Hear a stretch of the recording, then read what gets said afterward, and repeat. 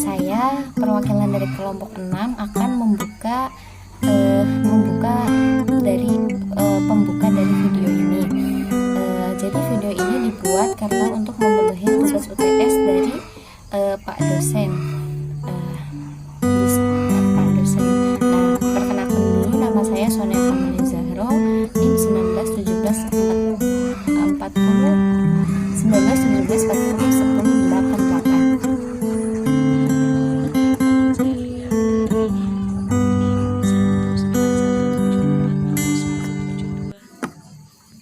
Saya Betty Mariati, NIM 19174011095. Di sini saya akan menjelaskan tentang pengertian dan macam-macam lisan.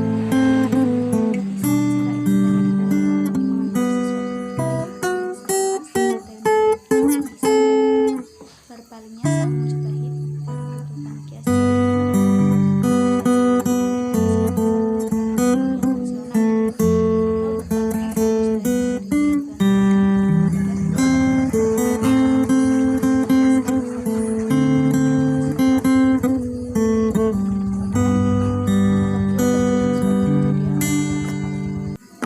dan tidak terdapat kemudian contoh ihtisan macam pertama yaitu menurut mazhab Hanafi, bila seseorang mewakafkan maka termasuk yang diwakafkannya ialah hak pemakaian, hak membuat saluran air di atas tanah itu dan sebagainya.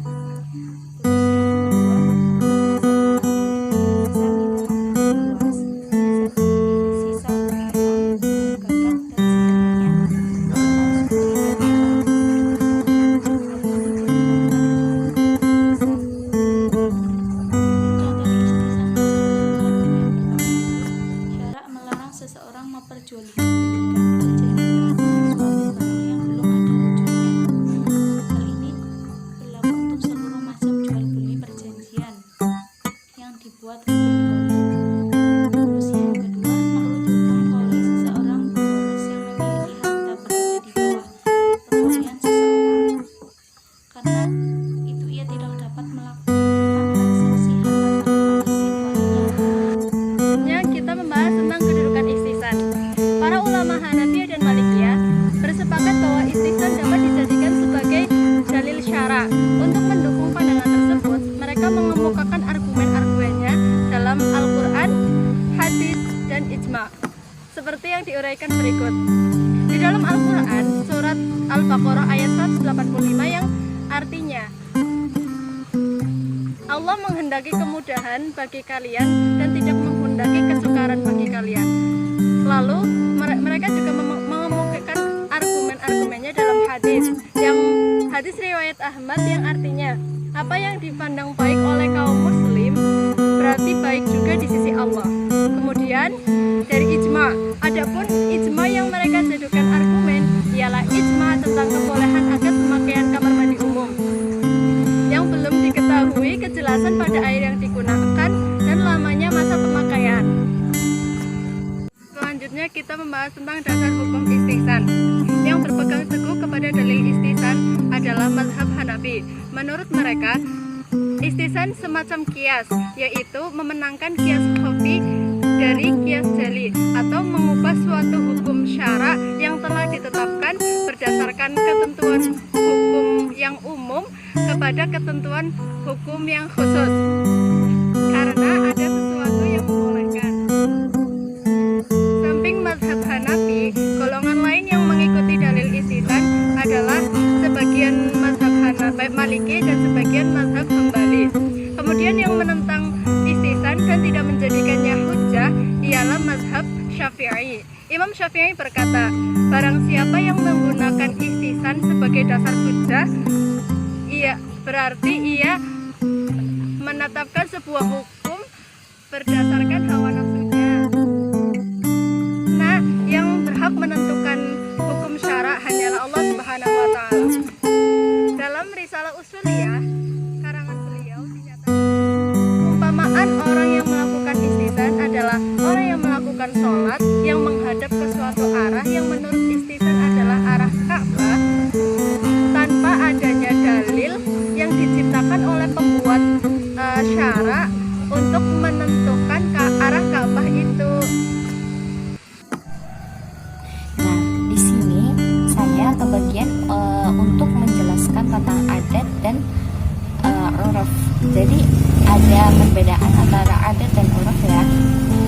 namun sebagian ulama ada yang mengatakan bahwa adat dan uruf itu sama saja. Di sini saya pertama akan membahas tentang adat. Adat itu berasal dari kata adatun yang diambil dari akar kata ada yaudu idatan. Nah, yang mempunyai makna tikrorun, yaitu artinya berulang-ulang. Jadi menurut istilah yaitu suatu kejadian yang dilakukan oleh masyarakat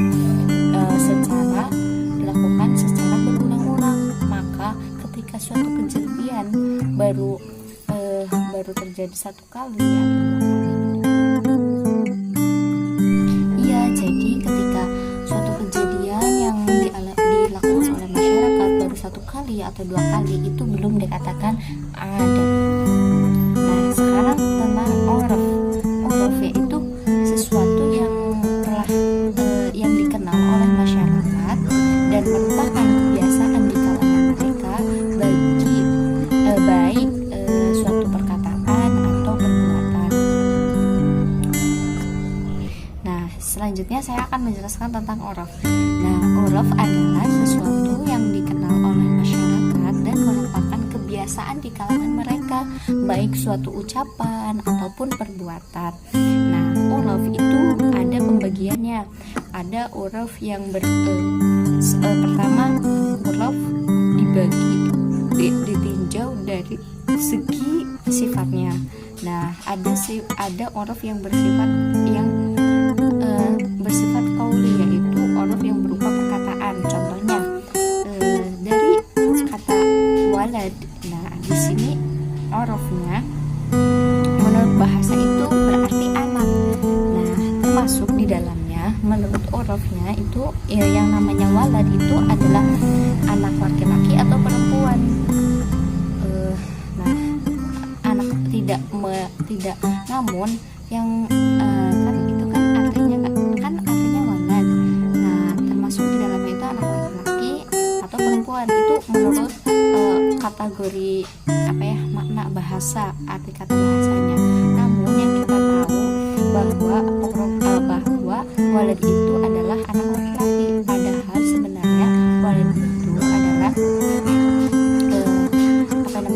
walad itu adalah seorang anak, baik laki-laki atau perempuan. Nah, itu menjadi uruf yang dilakukan yang terjadi dalam suatu ucapan yang telah dilakukan, yang menjadi kebiasaan masyarakat tersebut. Nah, kedua itu adalah uruf amali, yaitu uruf yang berupa perbuatan. Contohnya pada seorang penjual dan pembeli. Nah, di sini biasanya banyak penjual atau pembeli itu tidak menggunakan siwak atau akad siwak yang menunjukkan akad jual beli. Padahal dalam syariat Islam itu yang namanya akad, suatu siwak yang mengandung akad jual beli itu wajib. Nah, sedangkan di masyarakat itu sudah banyak terjadi dan menjadi suatu kebiasaan tidak ketika membeli sesuatu atau menjual sesuatu itu tidak mengucapkan akad jual beli. Nah, di sini sudah menjadi uruf yang itu berupa uruf amali. Nah, itu bagaimana jual belinya? Nah, ulama memberi jalan keluar, maksudnya memberi jawaban bahwa itu termasuk akad mu'athah. Jadi termasuk akad pembangunan atau disebut akad mu'athah. Jadi itu sebenarnya ya, jadi kesimpulannya itu sah walaupun tidak menunjukkan akad jual beli. Nah, terus karena sudah menjadi uruf. Terus yang kedua itu ada uruf yang ditinjau dari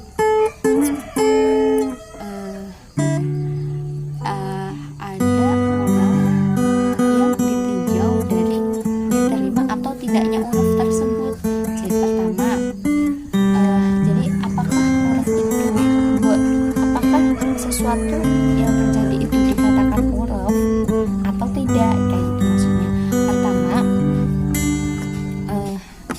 itu namanya uruf sahih. Nah, uruf sahih adalah uruf yang disepakati oleh para ulama, boleh dilakukan dan itu ketika terjadi maka itu dinamakan uruf. Nah, uruf sahih itu adalah yaitu apa sih? Itu uruf yang baik dan dapat diterima. Nah, dapat diterima karena tidak menyeleweng dari hukum syariat, maka boleh dilakukan. Nah, itu contohnya apa?